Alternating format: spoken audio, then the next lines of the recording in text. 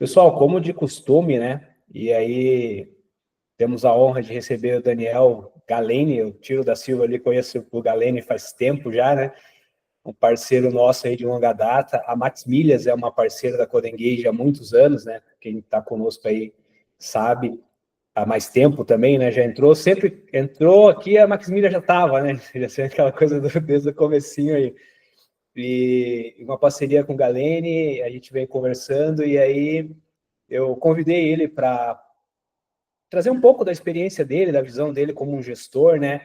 O Galeni, como muitos de nós gestores, vem de uma carreira técnica, foi mudando, migrando, então tem um pouco das duas coisas aí que a gente tem ao longo da carreira, no sentido de senioridade. E eu conversei com ele sobre o tópico, sobre o tema, e a ideia é provocar, né? Então, nós temos aqui uma oportunidade de discutir uma visão de quem está numa empresa tão grande quanto a Max Milhas, Grupo 123, aí no sentido de gestão, que tem um relacionamento com desenvolvedores de vários contextos diferentes, né? A Max Milhas atuou um tempão, atua, né, com o by the book de squads, tribes, enfim, toda uma série de coisas aí de gestão. E hoje, nos últimos anos, a gente tem visto o impacto da IA na vida do desenvolvedor, na vida do gestor. E a ideia, o Galeni trouxe, ele vai conduzir aí com maestria, acredito, a provocar. Então, Galeni, fica à vontade, o pessoal pode fazer pergunta, espera até o final, como que você vai conduzir, e o meetup é teu. Muito obrigado por ter vindo aí compartilhar com a gente a tua visão. Não, em primeiro lugar é agradecer o convite, tá, Milton, e a confiança aí, essa parceria de longa data que a gente tem, né, eu sempre conto o case que a gente tem aqui junto com a Codengage como um exemplo, né, agora até com o pessoal do Grupo 123, porque de fato é uma parceria, não é uma relação de cliente, fornecedor ou consultoria, algo do tipo, não, é realmente uma relação de parceria, né.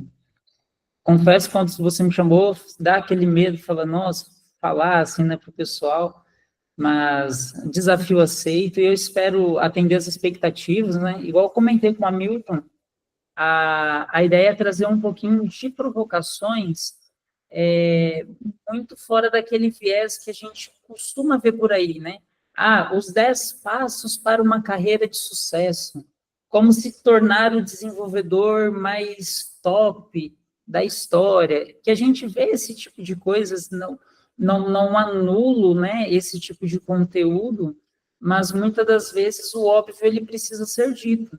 Quais expectativas que os gestores na área de tecnologia têm em relação a nós, desenvolvedores? Eu me incluo, né, nesse meio, porque apesar de atualmente estar como gerente de tecnologia, né, eu falo estar, porque estar é diferente de ser. Quando eu entrei na carreira de tecnologia, foi por um hobby, né? Era algo que me brilhava os olhos e que me trazia muito interesse. Eu achava fantástico. Eu comecei a aprender a programar ali em meados de 2007, me encantei por aquilo, né? Na época era muito mais arcaico, né? Eram outras tecnologias, mas ainda assim aquilo me trouxe um brilho nos olhos. Eu falei, uau, que legal, como que eu consigo fazer com linhas de código, com instruções, aparecer um componente visual numa tela, e aquilo me encantou, e foi quando eu iniciei a carreira na tecnologia e comecei a aprender a programar, né? Então, assim, Delphi, não precisa contar os segredos aí, tá, Gui? Mas, assim, o que de fato os gestores esperam hoje em dia, eu percebo muito isso, que é mais fácil as pessoas trazerem, olha, o profissional precisa ser assim, assim, assado, mas ninguém conta o que é o errado que a gente faz ao longo da carreira, né?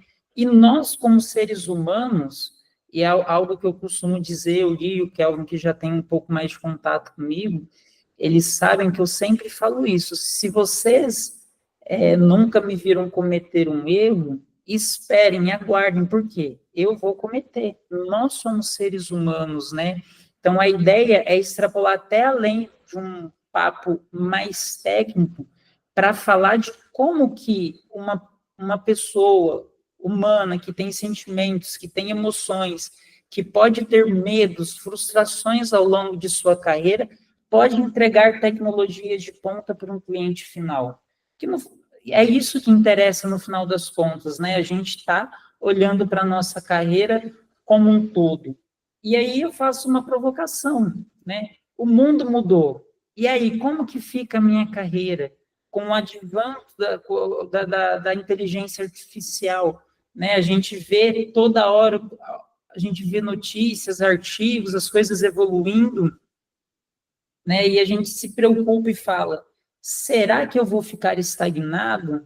Será que o mundo vai girar e eu vou ficar ultrapassado na minha carreira? São preocupações que a gente tem que ter, sim. Mas antes de ter esse tipo de preocupação, a gente precisa olhar para o lado do ser humano, né? Porque às vezes a gente está muito focado só em performance, mas a gente esquece que para performar bem, nós precisamos ter saúde, nós precisamos estar com um estado emocional legal, bacana. Então, isso vai influenciar demais no nosso dia a dia, a forma como nós vamos lidar com os problemas e as entregas e as demais demandas que a gente precisa fazer, tá? E eu queria começar com uma provocação para vocês, né? Se vocês já mudaram de stack, não precisa abrir o microfone, se vocês tiverem vergonha, se vocês quiserem abrir também, fiquem à vontade, mas eu queria saber, ou pode mandar aqui no chat, se vocês já mudaram de stack alguma vez, e qual foi a motivação para essa mudança de stack? Eu alterei várias vezes. Toda vez que eu mudava de equipe ou trocava de emprego, eu tive que me adaptar. Ô Gui, e quando você precisava se adaptar, qual o sentimento que você tinha? Eu, assim, eu não me assustava muito, eu sabia que a base era a mesma, sabe?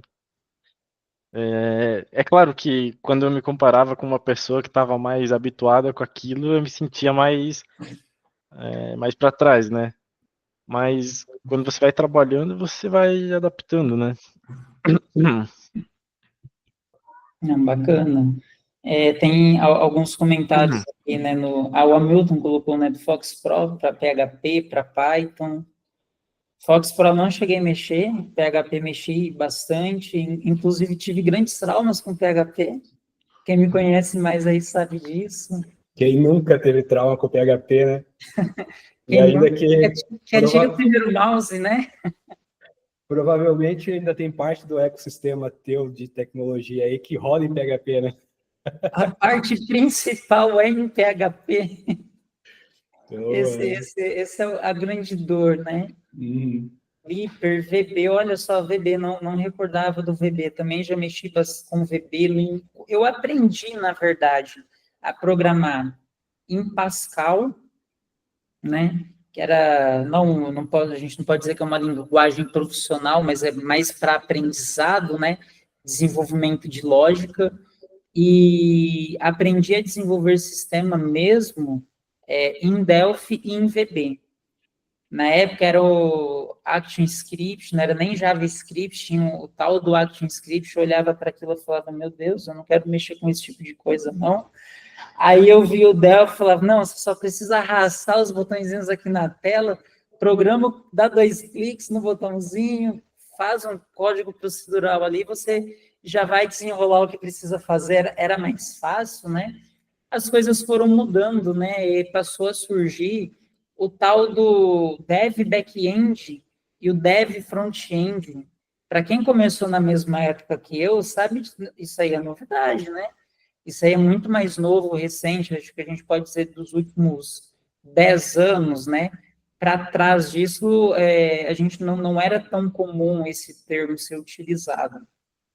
Mas a gente percebe que a mudança de stack, ela é comum. E por que eu trouxe essa provocação aqui? Muito provavelmente, e eu digo muito provavelmente porque não dá para afirmar e cravar com certeza, mas a nossa stack, ela está mudando, né? A forma como nós programamos, como nós desenvolvemos e geramos tecnologia está mudando. Inclusive, até voltar aqui o slide, vocês podem ter percebido aí, se a gente fazer um jogo de 7 erros nesse slide, um erro nessa imagem. Obviamente, essa imagem foi feita por uma IA, né? Mas para fazer essa imagem por uma IA, eu precisei ir lá e pensar num prompt. Falar, olha, eu quero assim, desse jeito, eu quero um tom de cor, eu quero uma expressão facial, o cenário específico. Eu estou dando um exemplo para gerar uma imagem. Isso foge um pouco do nosso dia a dia de programação.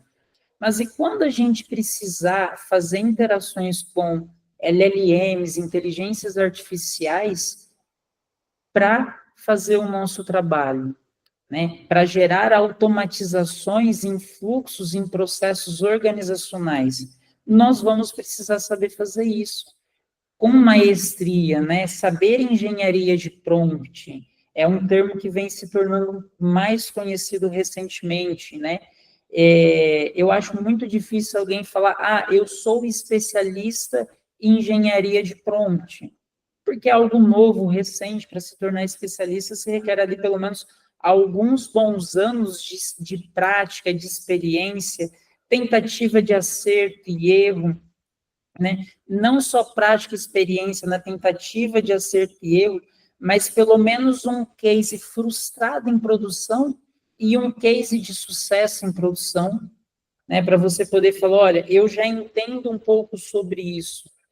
E não coincidência, semana sim e semana sim também, eu entro em alguma conversa, em alguma reunião, e sempre tem um programador ou um coordenador, um gerente, falando sobre inteligência artificial.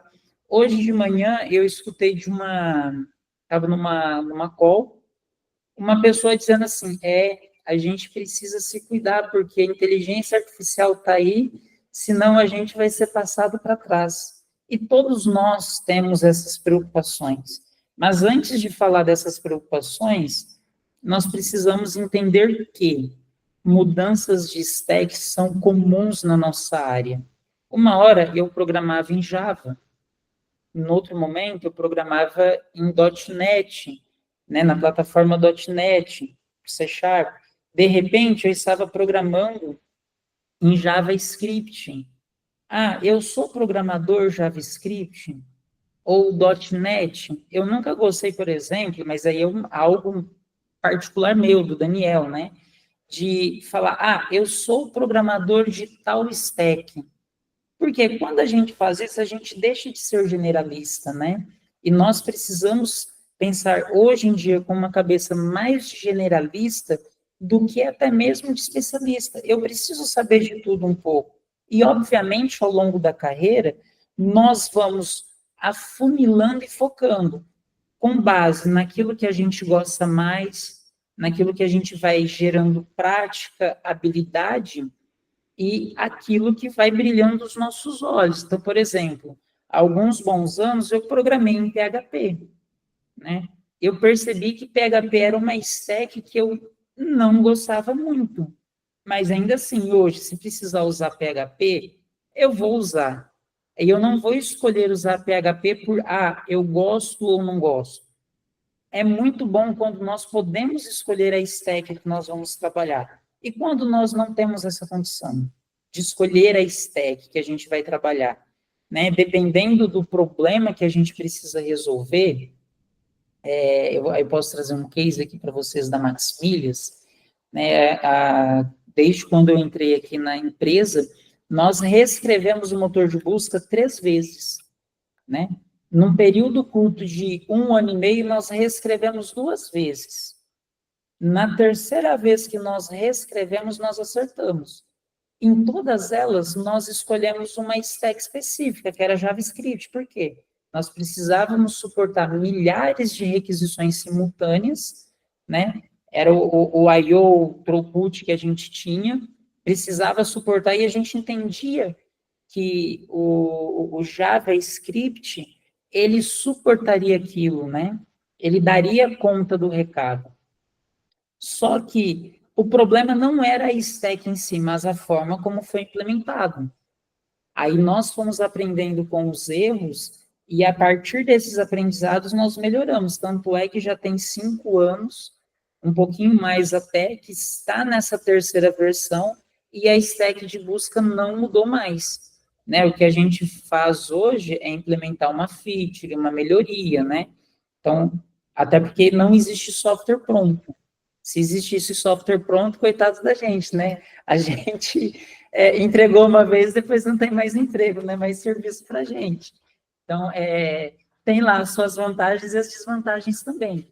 Mas quando você entende a motivação por trás da escolha de uma stack, isso faz total diferença. Aí vocês podem estar se perguntando, mas o que isso tem a ver com minha carreira? Qual a relação direta com a minha carreira? Tem toda a relação, né? Porque quando a gente ganha um certo nível de maturidade e entende que eu sou programador, que eu resolvo problemas e que tecnologia, o que eu vou falar é um pouco polêmico, não há concordância com isso, né, mas aí é o que eu acredito. Tecnologia não é a finalidade, mas o meio pelo qual eu resolvo problemas, né? Quando nós temos essa percepção e entendemos isso, nós conseguimos dar alguns direcionamentos para a nossa carreira. Nós saímos da fase da experimentação, de experimentar tudo um pouco, afunilamos isso e damos um pouco mais de foco, né? E algumas pessoas entendem e falam, olha, eu vou partir para a área de dados, ciência de dados ou inteligência artificial, né? Eu vou usar Python no meu dia a dia com mais frequência. Eu vou utilizar outras ferramentas, por exemplo, JavaScript, TypeScript rodando em cima do Node para resolver problemas com throughput alto, né? Para resolver problemas transacionais, eu posso estar escolhendo uma stack como Java ou Kotlin, vai depender da minha necessidade. Então, a gente sai de uma fase de experimentação, vai afunilando para uma fase mais de foco, que a gente vai podando algumas stacks da nossa vida, se a gente pode dizer, e vai escolhendo algumas especialidades que a gente vai tendo. E isso vai ser comum para a carreira de todas as pessoas, né? É mais, às vezes, perceptível na área de desenvolvimento, mas para qualquer outra área do conhecimento, isso também acaba acontecendo. Aí eu queria fazer uma outra pergunta para vocês. O que é sucesso? Qual é a definição de sucesso que vocês têm? O que vocês imaginam que é sucesso hoje?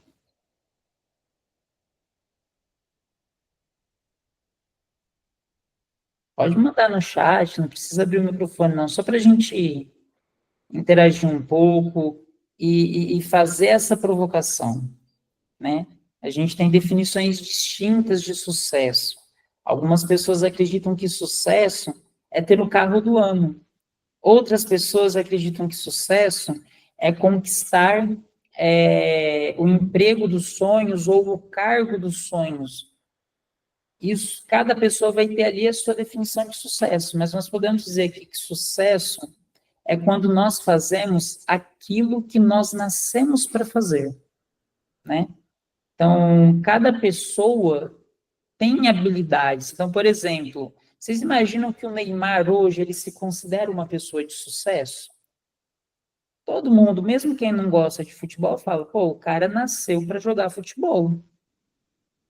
Ele não precisa ter ganhado Copas do Mundo, mas a gente pode falar que sim, é uma pessoa que teve sucesso na carreira, né? Ele tem uma habilidade natural para aquilo e ele conquistou um espaço, né, no mundo, não corporativo, mas no mundo do esporte, para fazer o trabalho dele, aquilo que ele tem uma habilidade para fazer. Com a gente também não é diferente, né? Sucesso é a gente fazer aquilo que nos brilha os olhos, aquilo que a gente faz e entende, olha, eu nasci para fazer isso, né? E eu posso dar um exemplo meu para vocês. Eu comecei a aprender a programar ali em torno de 2007. Eu fui começar a trabalhar mesmo como programador, como desenvolvedor, em meados de 2013. Então, foram alguns anos ali tentando uma posição, né, como programador. Entre 2007 e 2013, eu fiz de tudo um pouco na vida, né? Desde da manutenção da impressora, notebook, computador, configuração de redes, esse tipo de coisa, até, de fato, programar. Significa que eu não estava tendo sucesso na minha trilha de carreira, na minha trajetória? Não. Porque mesmo quando nós não estamos na posição que a gente almeja, que a gente deseja, a gente vai alcançar aquilo, mas a gente passa por uma fase de aprendizado, né? Ninguém nasce sabendo tudo, sabendo programar com excelência, sendo um bom arquiteto de software, ou sendo um coordenador, um tech lead, um gerente de tecnologia. Nós vamos aprendendo isso ao longo da vida, né? Então, sucesso, ele é uma definição que vai ser diferente para todos, mas o que vai ser em comum é quando a pessoa faz aquilo que brilha os olhos dela. Isso aqui é muito importante, porque quando nós não fazemos algo que não nos brilha os olhos, a gente sofre. Eu posso falar isso, tem 5 anos aí que eu faço gestão de times, né, de pessoas e carreiras, e eu já vi alguns profissionais que estavam na área e não estavam felizes fazendo aquilo, né? Estavam talvez pelo dinheiro ou pelo status. Eu recordo de um caso de um profissional que uma vez ele chegou e falou, eu queria conversar, né? Eu falei, não, vamos conversar. E ele chegou simplesmente e falou, olha, eu vi que isso não é para mim, eu era fotógrafo, aí eu entrei nessa área de tecnologia, mas eu estou querendo, não sei, eu acho que eu vou virar tatuador ou algo do tipo, né? Então, a gente percebe que a pessoa, o profissional, ele não tem um autoconhecimento. Então, uma análise de se entender e de se conhecer como pessoa vai definir muita coisa na nossa vida, na nossa carreira. Primeiro, o que eu gosto de fazer? O que brilha os meus olhos? O que eu faço com habilidade de forma natural, que não é exaustivo, cansativo para mim? É lógico que na nossa carreira, nem sempre nós vamos fazer coisas gostosas, coisas que a gente gosta, né? Isso é em qualquer área, em qualquer profissão. Mas, na maior parte do tempo, nós precisamos estar engajados e precisamos estar felizes com aquilo. Tá? E isso pode ser também de determinadas stacks. Já tive casos de desenvolvedores que não estavam felizes, por exemplo, trabalhando numa stack em PHP.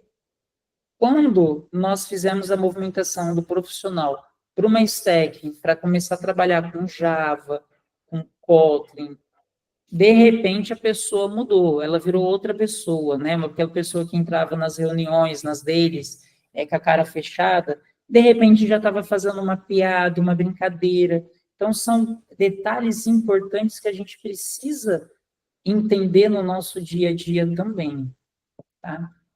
E eu quero passar para vocês algumas barreiras que a gente encontra na carreira, tá? A ideia não é se estender tanto, são coisas que vocês provavelmente vão identificar isso em algum momento da carreira de vocês, mas que é um ciclo, né? E que nós vamos encontrar com essas barreiras em maior ou em menor grau, dependendo do nível de senioridade que a gente tem, o tempo de experiência que a gente tem, e mesmo quando a gente resolve, consegue ultrapassar aquele obstáculo, aquela barreira, em algum momento, aquela barreira pode voltar a aparecer e a gente vai ter que ter um reaprendizado de como lidar com aquela situação num contexto diferente. Tá? Primeiro ponto aqui, principalmente para nós que somos desenvolvedores, né, que atendemos stakeholders, temos um cliente externo ou um cliente interno, pessoas que chegam para a gente com dores do negócio, a principal barreira que a gente tem é ouvir, né?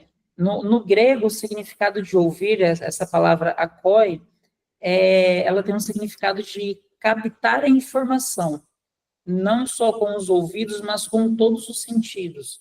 Por que com todos os sentidos?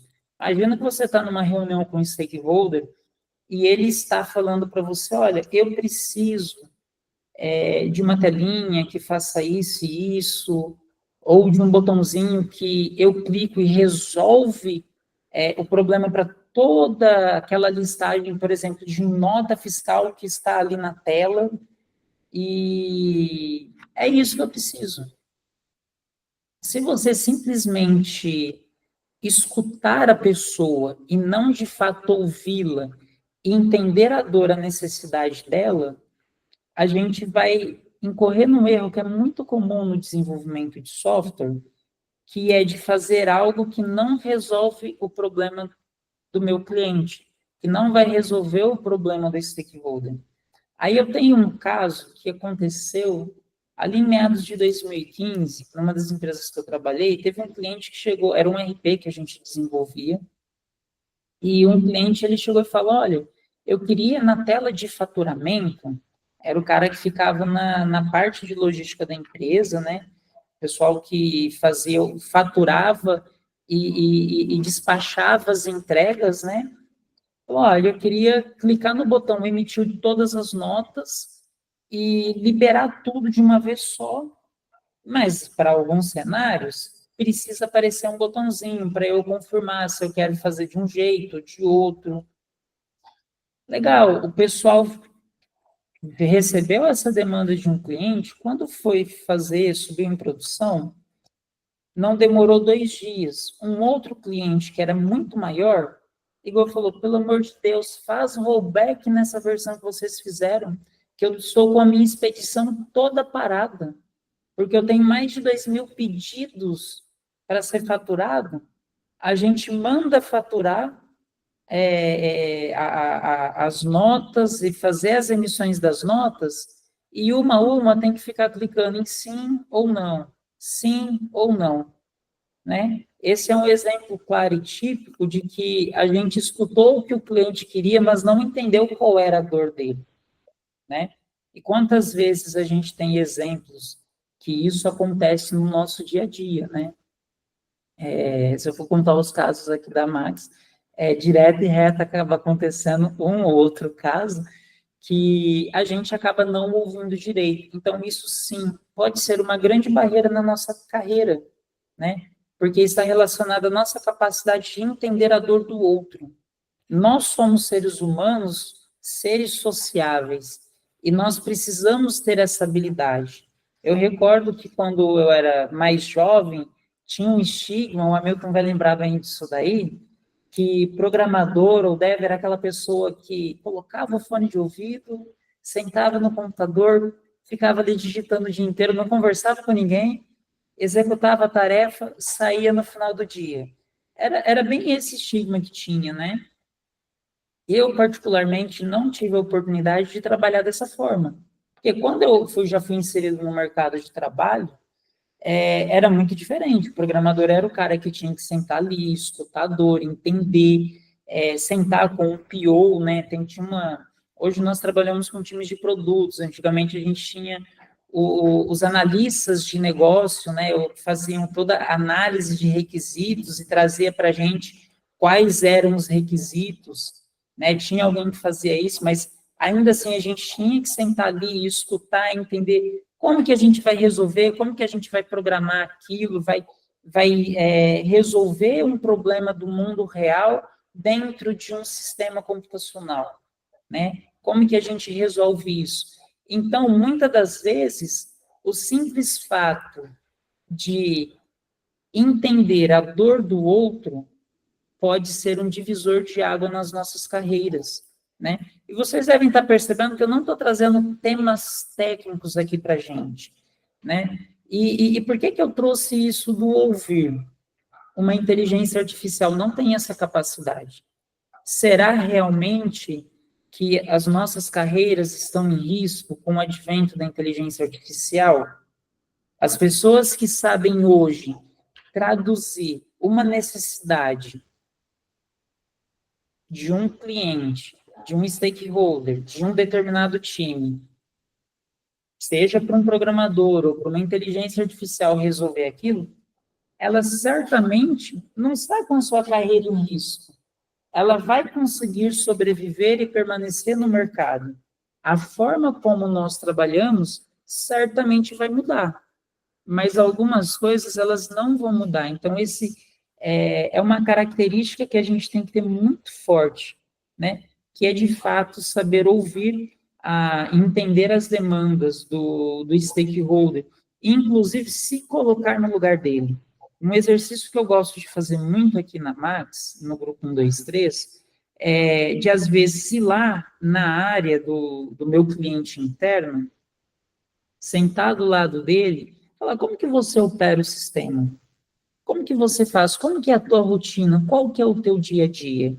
E eu já fiz isso não só como coordenador ou como gerente, mas também como desenvolvedor, de sentar ali para entender a forma como a gente enxerga os processos quando nós fazemos esse simples exercício, que às vezes vai tomar 1 ou 2 horas do nosso dia, muda completamente a direção de um projeto.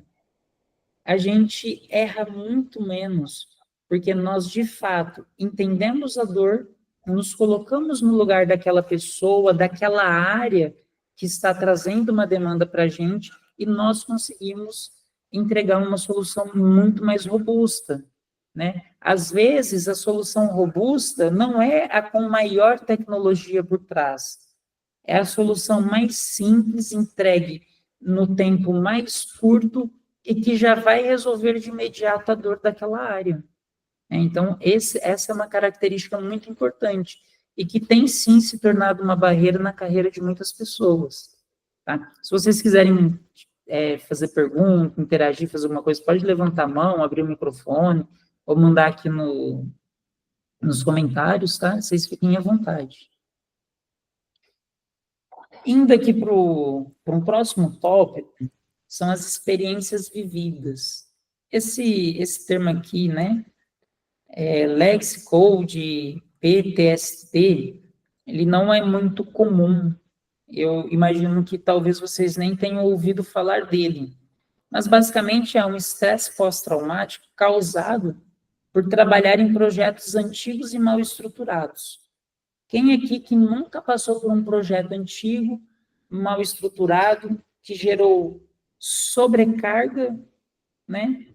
E por causa de uma má experiência, às vezes a gente fica com receio ou com medo de assumir novos desafios, novos projetos. A gente, por causa desse trauma, nós temos dificuldades em se comprometer com prazos, né? Eu não vou me decorrer muito em cima desse tópico aqui, mas a mensagem que fica é: experiências ruins a gente sempre vai ter, seja com um colega de trabalho, seja com um stakeholder, às vezes mal-humorado, ou que não sabe trazer uma demanda para a gente, né? O que a gente precisa saber fazer muito bem é aprender com aquela experiência. E uma vez esse aprendizado, a gente tem que deixar para trás o trauma e seguir em frente. Não é incomum a gente ter que recomendar para muitos profissionais de procurar uma terapia, de fazer uma análise, principalmente na área de tecnologia. Eu já conheci colegas que, quando tocava aquele sininho, eu imagino que vocês devam usar Slack, né? Ou qualquer outra ferramenta de comunicação que seja, quando toca aquele sininho de mensagem, daquela notificação, quando alguém te menciona em algum canal ou algo do tipo, da pessoa tremer e ficar desesperada. Meu Deus, é bug, é problema. E agora, o que eu vou... E as pessoas congelam, né? E isso gera trauma. Olha só como que isso é sério. Às vezes a gente deixa o trabalho invadir a nossa vida pessoal de tal forma que uma simples notificação nos paralisa por completo. Quantas vezes nós nos encontramos numa situação dessa? A gente precisa aprender a gerenciar nossas emoções. E isso pode se tornar uma barreira para a carreira das pessoas. Por quê? Quando isso acontece, a gente fica paralisado no tempo. A gente, sempre vai surgir uma oportunidade. Fulano, olha, tem esse projeto aqui. Aí a pessoa fala, não quero não, deixa eu aqui onde eu estou, na minha zona de conforto. Olha o perigo que isso não é. Eu costumo dizer que zona de conforto é sinal de perigo. Né? Por que é sinal de perigo? Se a pessoa está na zona de conforto, ela não quer sair, tem um trauma associado àquilo. A gente não pode deixar de levar isso em consideração. Né? Pode ser um trauma relacionado à linguagem, à arquitetura do projeto, né? A forma como foi desenvolvido. Eu, ao longo da carreira, peguei muitos projetos e teve um que eu quase, de fato, fiquei traumatizado ali, que era... A gente hoje tem aqui na Max uma possibilidade que é você fazer a compra de uma passagem aérea e de volta. Na ida você voa pela Gol, a volta você voa pela Latam, né? É uma funcionalidade simples, né? Se a gente pensar em questão de valor agregado para o cliente. Mas, para desenvolver isso, não é algo tão simples. Porque você precisa comparar horário, disponibilidade de assento dos voos, você precisa fazer um monte de inferência antes de falar para o cliente, olha, tem essa possibilidade de você ir por essa CIA e voltar por essa outra. Porque senão eu corro o risco de, por exemplo, aí de repente o João Milton, ele fala, galera, eu vou comprar uma passagem com vocês. Comprei uma passagem indo na Latam e voltando na Gol, para o mesmo dia. E de repente, ele descobre que a passagem da ida é depois do voo da volta. Imagina isso, esse tipo de coisa? Quando a gente sobe uma feature dessa, ou acontece algo do tipo, a gente vai ficar, poxa vida, não acredito que eu subi isso, né? Ou, às vezes, o projeto ele é tão engessado que aí agora, pelo amor de Deus, como que eu arrumo isso? Como que eu conserto isso? E, às vezes, essas experiências ruins vão gerando marcas na gente, né? E por mais que eu esteja aqui com um time de pessoas de tecnologia, são todos seres humanos, pessoas que têm suas fragilidades, pessoas que têm seus medos, seus receios, que têm suas histórias de vida. E isso precisa ser levado em consideração. Porque quando nós falamos da nossa carreira, nós somos os protagonistas, né? Não é o nosso gestor que deve ser o protagonista da nossa carreira. Eu mesmo sou o protagonista da nossa carreira. Eu preciso ter um autoconhecimento e entender quais foram as experiências que eu tive em algum momento da minha jornada profissional e que aquilo está me sabotando de alguma forma. Que quando eu tenho uma oportunidade de entrar num projeto novo, de assumir um novo desafio, às vezes um desafio para se tornar tech lead, né? Fica aquele receio, aquele trauma. Não, a gente precisa deixar o passado para trás. A gente precisa aprender com as experiências. Tem um videozinho que rola na internet, eu vou citar ele, eu não achei para colocar aqui. Né? Na verdade, eu tive problemas técnicos o dia inteiro, sem internet, sem energia aqui. Por sorte, 20 minutos antes foi restabelecido.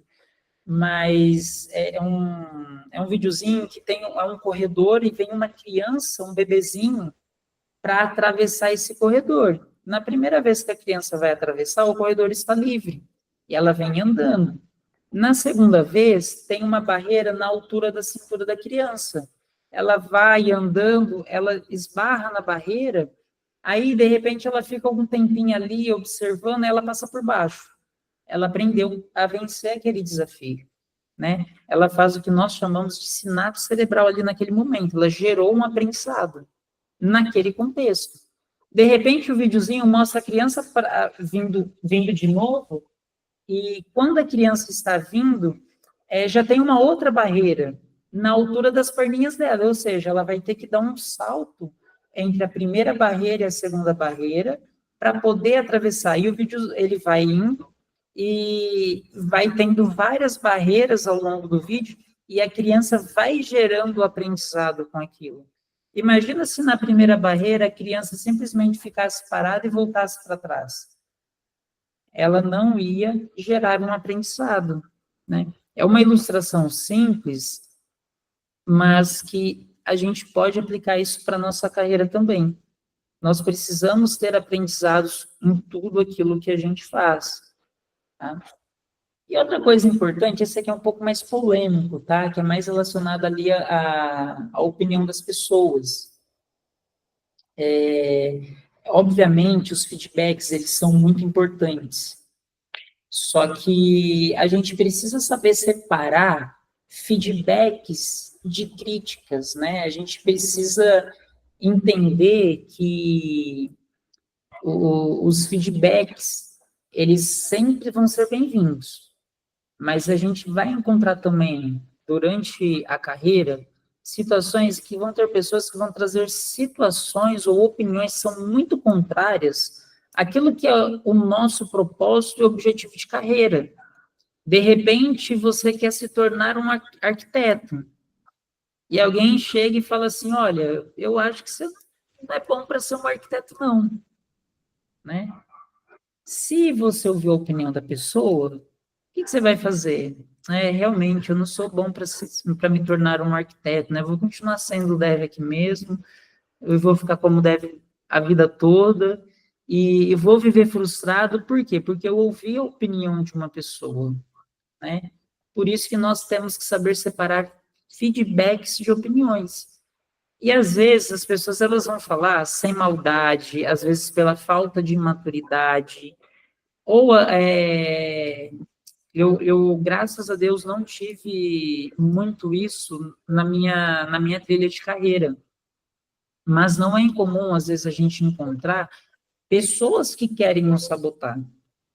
Mas não porque nós estamos fazendo algo de errado, às vezes é porque a pessoa tem alguma coisa mal resolvida e, por algum motivo, ela também não quer que ninguém seja feliz, que ninguém cresça, se desenvolva na carreira. E essas pessoas a gente vai encontrar em todos os níveis, em todos os ambientes, na família, na faculdade, a gente vai encontrar na pós, a gente vai encontrar no MBA, a gente vai encontrar na igreja, a gente vai encontrar no trabalho, no vôlei, né? Em qualquer lugar a gente vai encontrar pessoas ali que às vezes vão nos sabotar. E às vezes a pessoa não faz ideia que ela está nos sabotando. Às vezes por uma simples opinião dela. Então, é algo que nós precisamos tomar muito cuidado também, quando nós pensamos na gestão da nossa carreira. Será que eu estou me orientando pela opinião das pessoas ou, de fato, pelas evidências que eu tenho? E é por isso que eu comentei que é muito importante a gente fazer distinção entre feedback e opinião, porque feedback ele vem acompanhado de evidências, opiniões não. Nem sempre as opiniões das pessoas são verdadeiras, né? Para a pessoa que está transmitindo uma opinião, para ela pode ser uma verdade, mas não necessariamente para você. A verdade do outro, ela não vai ser absoluta, né? Então, esse exemplo que eu dei, eu quero ser uma arquiteta, e de repente a pessoa fala, você não é bom para ser um arquiteto. Eu estou dando um exemplo de uma escolha de opção de carreira, mas isso pode se aplicar numa decisão de projeto. Às vezes você toma uma decisão de arquitetura e vem uma crítica. Não, se fosse eu, teria feito de tal forma, tinha ficado muito melhor. De novo, não vem acompanhado de uma evidência, não é um feedback, né? Aí a gente vai se traumatizando e na próxima falar, não, né, não vou fazer esse projeto aqui não, eu vou passar para outra pessoa, né? Eu vou chegar lá no amigo e falar, esse projeto aqui eu não estou no momento bom, não vai dar para eu puxar, tocar, né? Pode acontecer, porque a gente às vezes está valorizando demais a opinião das outras pessoas. Isso nós temos que ter muito cuidado, tá? E um outro ponto aqui, que eu acho que esse já é um termo mais comum e conhecido, que é a síndrome do impostor, que é quando nós temos insegurança e temos dúvida das nossas habilidades, tá? Eu vou contar um caso para vocês, a gente está em 2025, no início de 2024, a diretoria da Max me procurou e falou, olha, a gente queria que você viesse para Belo Horizonte, né, por causa dos desafios da empresa e tudo mais, a gente acredita que você estando aqui próximo do escritório vai facilitar alguns projetos, algumas demandas, algumas coisas. Beleza, fizeram um convite, né, e só para contextualizar melhor, eu sou de São Paulo, do interior de São Paulo, né, então pela primeira vez eu saí de São Paulo e estou num outro estado. Já viajei muito, mas não onde morar, né? Foi uma decisão muito difícil, mas na mesma semana que me foi feito esse convite, eu cheguei num outro colega, eu falei aqui, o pessoal fez esse convite aqui para mim, mas aqui, eu acho que eu não sou essa pessoa toda não para a empresa fazer esse investimento, de me trazer de lá de São Paulo para cá. Aí é muito importante também a gente saber as pessoas com quem a gente conta para desabafar ou para pedir conselho, né? É muito importante a gente saber. Aí essa pessoa, né, era um par, ele falou assim, Galene, eu acho que você está com essa síndrome do impostor, cara, porque tudo isso que você está fazendo, esse projeto, esses problemas que você está resolvendo, os resultados que você está trazendo para a empresa, né? Então, assim, eu acho que faz sentido, sim, esse convite da empresa, né? E por que eu estou comentando isso? A gente vai ter a síndrome do impostor em todas as fases da nossa carreira. Enquanto trainee, enquanto estagiário, enquanto dev júnior, enquanto pleno, enquanto sênior, enquanto um coordenador, um gerente, enquanto um CEO, em algum determinado momento, a gente vai se deparar com isso. Por que nós nos deparamos com isso? Tem um platô de conhecimento que a gente passa por fases. Numa determinada fase, você fala, nossa, eu sei tudo, conheço tudo, estou dominando. Aí, de repente, você fala, nossa, eu não sei nada. E é quando você percebe que você não sabe tudo, aí você acha que você não sabe nada. Aí você começa a se auto-sabotar. Pô, eu achei que sabia, de repente eu descubro que não sei, aí você se sabota. Então, é comum acontecer.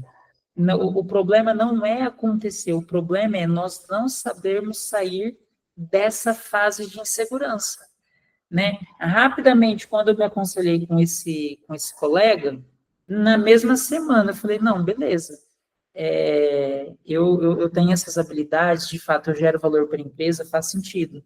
Então, rapidamente a gente volta à realidade. Claro, nós temos que manter sempre a humildade. Então, eu até coloquei uma frase aqui que é, se você não disser a si mesmo as suas convicções, os seus sentimentos vão te atropelar. Então, não sei se todos aqui já fizeram terapia, caso não tenham feito, eu recomendo que façam, tá? Mas eu lembro que um dos exercícios, quando eu fiz terapia, que a minha psicóloga me propôs, ela falou assim, hoje você vai chegar na tua casa, você vai escrever num caderno 10 qualidades suas. Semana que vem você me traz. Eu falei, tá bom. Mas eu vou falar para vocês que eu fiquei algumas horas ali para tentar descobrir as 10 qualidades. Porque a gente, às vezes, está tão preocupado com o outro que a gente esquece de olhar para nós mesmos. A gente esquece de entender as nossas qualidades, as nossas, como que eu posso dizer? As nossas habilidades, aquilo que a gente faz de bom, que entrega de bom para o mundo, né? Que é muito importante também. E um outro ponto aqui são as dificuldades. Eu até dei um exemplo de um bug, né, imprevisível agora de pouco, no caso de uma passagem que vai numa companhia, volta na outra, né? Imagina que situações de dificuldades na carreira, elas sempre vão acontecer. Mas igual o Gui comentou no início, né? A gente precisa aprender a se adaptar, né? E essas situações, geralmente, elas vão servir como um trampolim para a nossa carreira, se nós sabermos utilizar elas, tá? Obviamente, seria muito melhor se nós conseguíssemos aprender apenas com o exemplo das outras pessoas.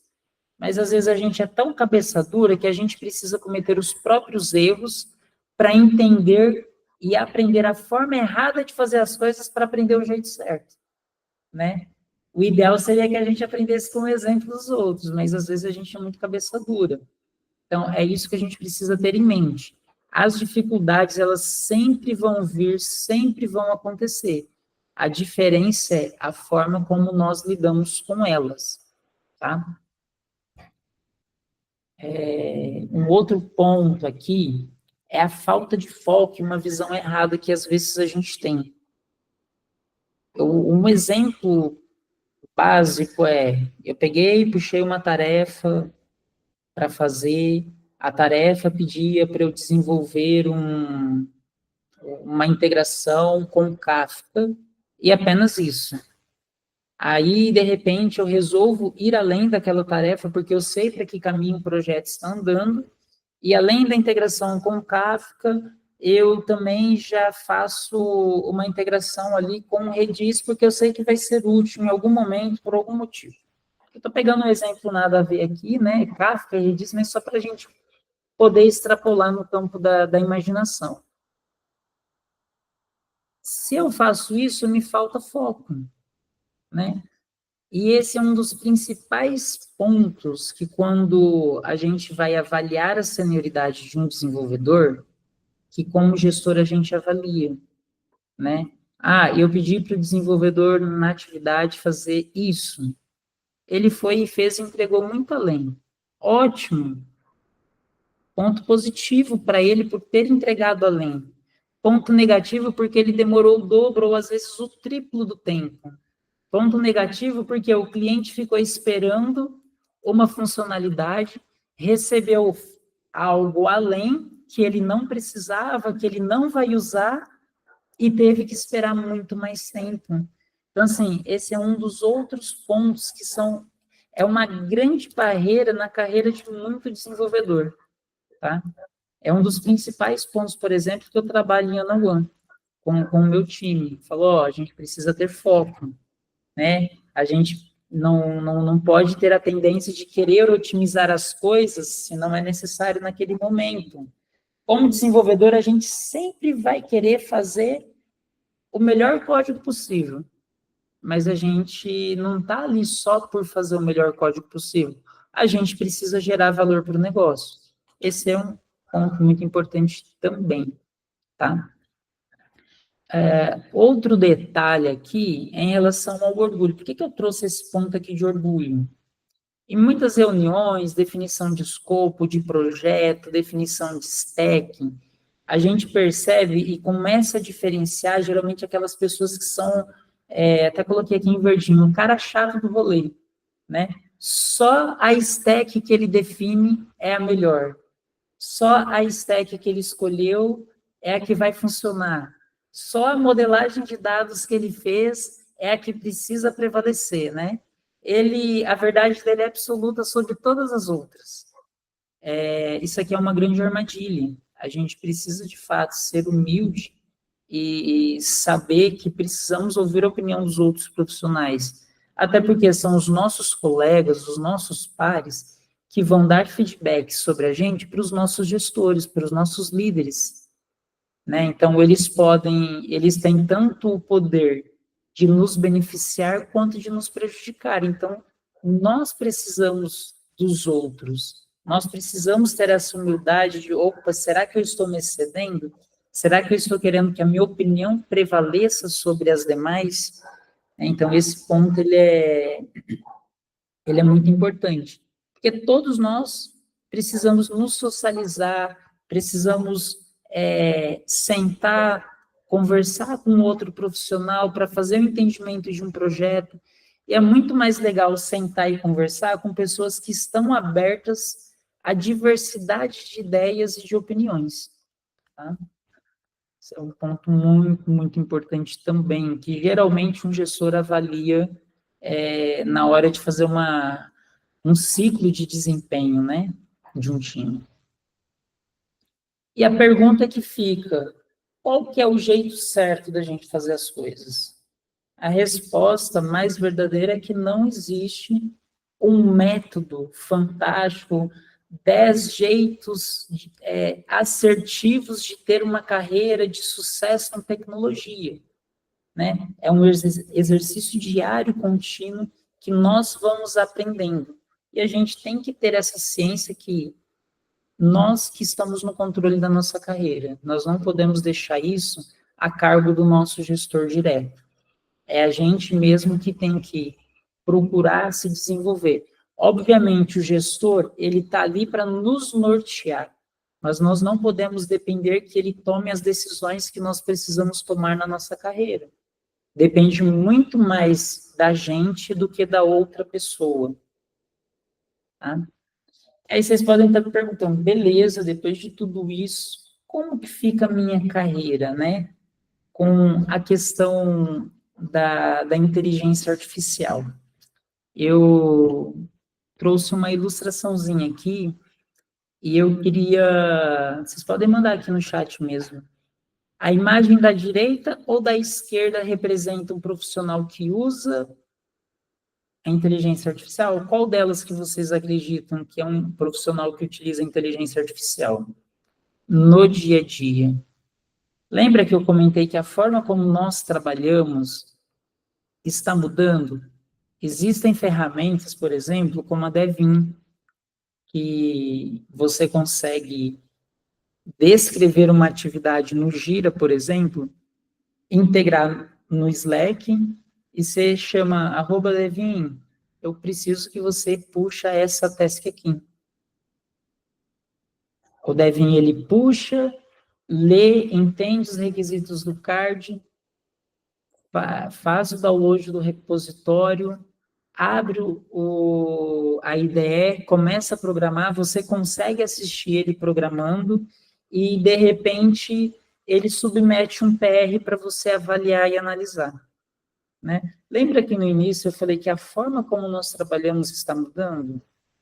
E eu acredito que, assim, acho difícil ser num curto período de prazo, mas de médio a longo prazo, quando eu falo de médio a longo prazo, 5 a 10 anos, tá?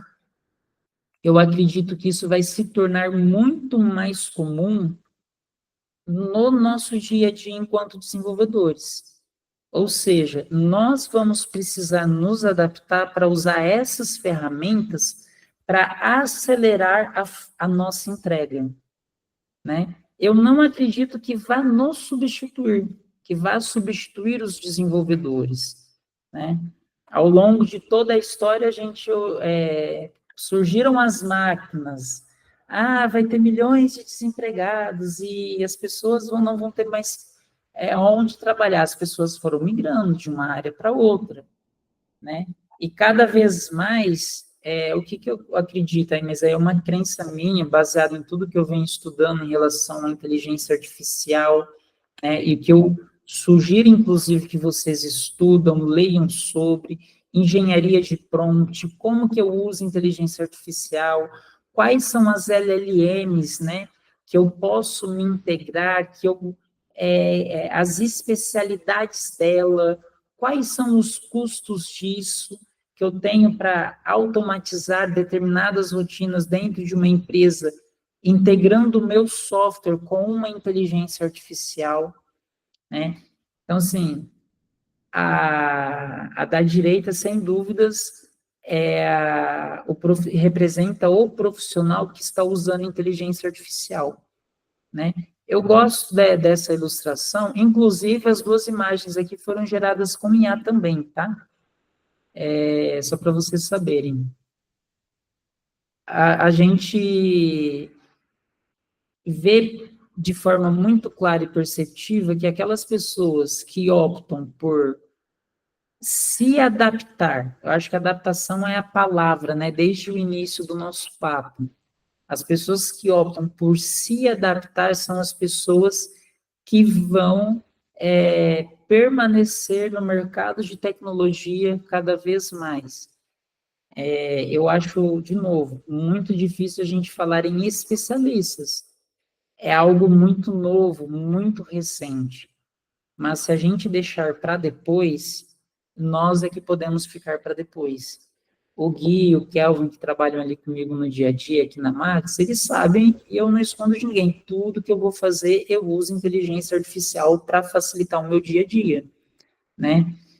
A gente teve muitas demandas urgentes no final do ano passado não, desculpa, do ano retrasado, que se não fosse inteligência artificial, a gente não teria conseguido fazer a entrega a tempo para gerar valor para o stakeholder que a gente precisava, né? Então, muitas demandas eu não passei para o time, eu mesmo executei ali, eu como coordenador na época, falei, não, isso aqui eu não vou passar, não vou parar o time, o que o time está fazendo é mais importante nesse momento, eu mesmo vou assumir isso aqui, vou fazer, eu falei, tá, eu sou um só, como que eu faço? Eu vou usar a inteligência artificial para acelerar a entrega, né? E às vezes com poucas horas eu conseguia resolver alguns problemas que, se fosse em outro momento, levaria uma semana ou às vezes até mais para resolver, né? Então, a grande dica que eu deixo para vocês é usem e abusem, claro, de forma consciente, de inteligência artificial. A melhor forma de usar olha, eu tenho isso daqui, preciso fazer dessa forma, eu tenho esse código aqui, eu quero incluir esse comportamento em tal e tal ponto. Tá? A pior forma de usar a inteligência artificial eu quero que você faça um código que execute isso para mim. É a pior forma de se utilizar a inteligência artificial. Tá? Hoje, ela já é integrada na maioria das IDEs que a gente pode estar utilizando de forma gratuita. Então, assim, quanto mais nós nos adaptarmos e aprendermos a usar, mais nós seremos o profissional que estamos empurrando. Uma pedra pode ser pesada, mas ela é redonda. Eu vou rolando ela. É muito melhor do que empurrar uma pedra. É isso, pessoal. Queria agradecer vocês, tá? Agradecer ao Hamilton aí pela confiança, pelo convite. Espero ter atendido as expectativas aí. Foi um papo um pouco diferente, né? Não muito relacionado à tecnologia em si, mas voltado para a carreira, né? Mas eu espero que vocês tenham gostado. Poxa, muito obrigado, Galene. É um tema bem abrangente. O pessoal vai saindo de fininho, porque alguns ainda têm faculdade, né? Voltou às aulas ali, então, natural esse ponto aí. Mas, assim, você tocou pontos que são cruciais, né? Nos one-on-ones que eu tenho aqui também com o pessoal, nessa questão ali de carreira, né? Então, a cultura nossa, e eu, pessoalmente, como um gestor também, sempre falo, a carreira é tua, então quem tem que ter um plano para ela é você, né? E aí, assim, eu posso te ajudar de alguma forma, né? Mas o plano é isso. E sobre a inteligência artificial, eu vejo que é mais uma ferramenta, como nós tivemos a ferramenta X, PTO, há 10 anos atrás, né? E isso foi virando, e hoje é essa que a gente tem, e quiçá daqui a pouco a gente vai ter outra, mas aqueles que de fato estão, inclusive, salvo engano, foi uma recomendação do CEO da NVIDIA, no último vídeo que eu assisti com ele, aprenda a utilizar AI, né? Esse foi a última dica dele lá, né? Porque isso vai fazer muita diferença, né, no nosso dia a dia, e como você falou, né, o comportamento humano, o sentimento, aquele feeling, né, por trás, isso é insubstituível. Então, usar a ferramenta para chegar mais rápido, né, para ir além, é sensacional. Um outro ponto que você falou que eu adorei, assim, não vou citar nomes aqui, né, mas faz o que tem que ser feito, não aquilo que você acha que vai precisar no próximo mês, né? Eu acho que isso é muito nosso de desenvolvedor, né? E eu me coloco nesse chapéu também, a falar, isso aqui tá lá, já vi na discussão do escopo geral do projeto, por exemplo, que vai ter isso aqui daqui a 3 meses. Então, já que eu estou aqui, vou fazer. Não faz, não, deixa. Você adiciona 3, 4 pontos a mais de bug possível, porque você se adiantou, né? Sem contar o tempo que você gastou. Isso é sensacional, esse ponto aí. Mas, de novo, muito obrigado. Eu não quero tomar muito tempo de mais ninguém, mas, assim, portas abertas, né, galerinha? A confiança, né, de você, dos outros gestores da Max, do Grupo 123, né? Do grupo como um todo aí na Code Engage, no pessoal, no time, né?